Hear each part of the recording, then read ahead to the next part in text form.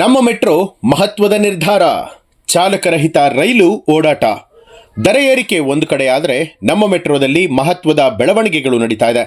Electronic ಸಿಟಿಗೆ ಸಂಪರ್ಕವನ್ನು ಕಲ್ಪಿಸಲಿರುವಂತಹ ನಮ್ಮ ಮೆಟ್ರೋ ಹಳದಿ ಮಾರ್ಗ ತೆರೆಯುವಂತಹ ನಿಟ್ಟಿನಲ್ಲಿ ಮಹತ್ವದ ಕೆಲಸಗಳು ಆಗ್ತಾ ಇದೆ.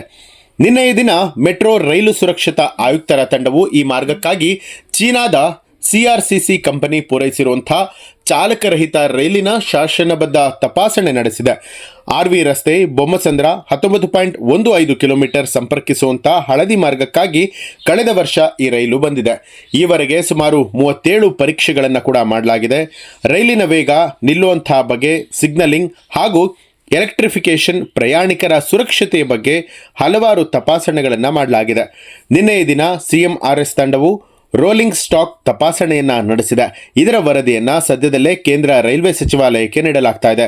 ರೈಲ್ವೆ ಸಚಿವಾಲಯದ ಒಪ್ಪಿಗೆಯ ಬಳಿಕ CMRAS ತಂಡವನ್ನ ಮತ್ತೆ ಕರೆಸಿ ಹಳಿ ಮೆಟ್ರೋ ಮಾರ್ಗ ಹಾಗೂ ನಿಲ್ದಾಣಗಳನ್ನು ತಪಾಸಣೆ ನಡೆಸೋದಕ್ಕೆ ಕೋರಲಾಗ್ತಾ ಇದೆ.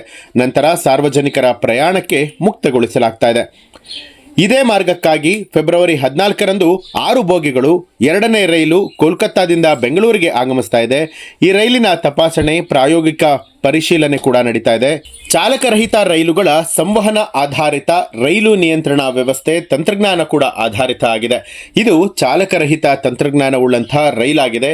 ಸದ್ಯ ಲೋಕೋ ಪೈಲಟ್ಗಳನ್ನು ಇಟ್ಟುಕೊಂಡೇ ಓಡಿಸೋದಕ್ಕೆ BMRCL ನಿರ್ಧಾರವನ್ನ ಮಾಡಿದೆ ಅಂತ ಹೇಳಲಾಗಿದೆ.